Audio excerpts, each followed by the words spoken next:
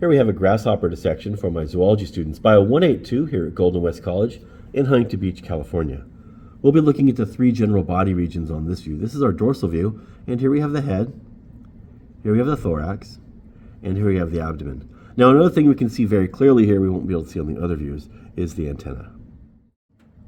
And now we're looking at the lateral view of the grasshopper. These little holes here are spiracles, tiny little holes there. And then at the beginning of each leg, officially part of the body, not the leg, is the coxa. First part of the leg is the trochanter. And then here we have the forewing. And if we lift it up, we see a membranous hindwing. And then the structure that was inadvertently pierced by the pin is the tympanum.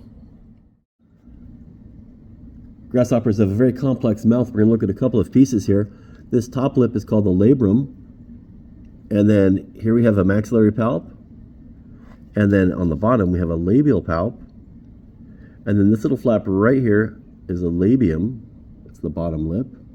And we can see when I pull that bottom lip down, we have a couple of maxillae. There's one right there. Here I have retracted the labrum, and what I'm showing here are these two very dark mandibles.